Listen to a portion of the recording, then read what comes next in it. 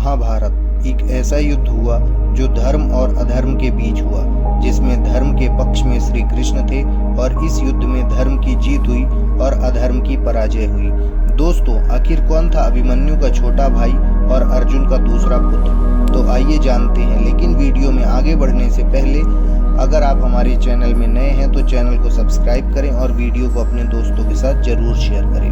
अर्जुन के पुत्र और श्री कृष्ण के प्रिय भांजे वीर अभिमन्यु को अनेक कौरव योद्धाओं ने घेर कर मार डाला। इस घटना के बाद अभिमन्यु वीरता की निशानी बन गए और कौरव पाप के भागीदार बन गए, क्योंकि उस वीर बालक को मारते हुए कौरवों में जरा सी भी हिचकिचाहट नहीं थी। अभिमन्यु कौरव सेना का सबसे बड़ा शत्रु बन गया था। उसने अनेक कौरव योद्धाओं का वध कर दिया था। अभिमन्यु को मारकर कौरव भूले नहीं समा रहे थे। अभिमन्यु अकेला ऐसा योद्धा नहीं था जिसको कौरवों ने घेर के मारा था। अभिमन्यु के छोटे भाई को भी कौरवों ने घेरने की कोशिश की। अर्जुन के इस पुत्र ने अभिमन्यु जैसी गलती नहीं की और वह वो कर दिखाया जिसको करने में बड़े से बड़े योद्धा असमर्थ थे। तो आखिर कौन था अर्जुन का ये महाशक्तिशाली पुत्र? ये महाशक्तिशाली पुत्र कोई और नहीं, अर्जुन का छोटा बेटा इरावन था, जिसमें वीरता कूट कूट कर भरी थी, जो अभिमन्यु से बिल्कुल भी कम नहीं था। हर प्रकार की विद्या से लेकर विभिन्न अस्त्र शस्त्र का ज्ञान था, लेकिन उसकी सबसे बड़ी घातक विद्या थी उसकी माया विद्या, जो उसे अन्य सभी योद्धाओं से अलग करती थी। अब इरावन एक मायावी योद्धा था, जिसकी वजह से वह बड़े से बड़े राक्षसों से लड़ने की हिम्मत रखता था।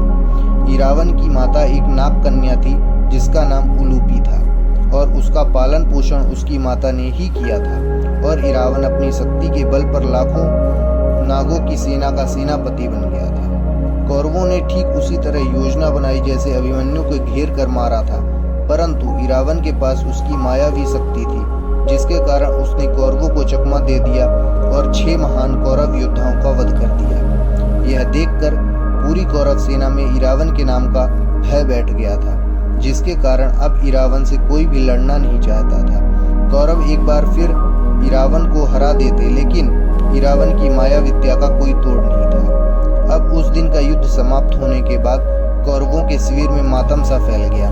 दुर्योधन ने अपने साले सुदक्षिणी को अगले दिन के युद्ध के लिए तैयार किया। अब दुर्योधन का साथ देकर सुदक्षिणी अकेले ही इरावन से भिड़ गया और अंत में सुदक्षिणी भी इरावन के हाथों मारा गया। अब क्रोध में दुर्योधन ने राक्षसों को लड़ने भेजा। युद्ध भूमि में दोनों योद्धाओं के बीच एक बहुत ही बड़ा भीषण युद्ध हुआ। अब इरावन को हारते देख उसकी नाग सेना भी उसकी सहायता के लिए युद्ध भूमि में आई, परंतु इरावन को उस दिन उसकी नाग सेना भी नहीं बचा पाई और महाभारत के युद्ध के 8वें दिन इरावन को वीर गति की प्राप्ति हुई, जिससे कौरव सेना में एक बार फिर से खुशी की लहर दौड़ पड़ी। तो दोस्तों, आज की छोटी सी जानकारी आपको कैसी लगी कमेंट में जरूर बताएं। आज के लिए इतना ही, जल्द मिलेंगे न्यू वीडियो के साथ।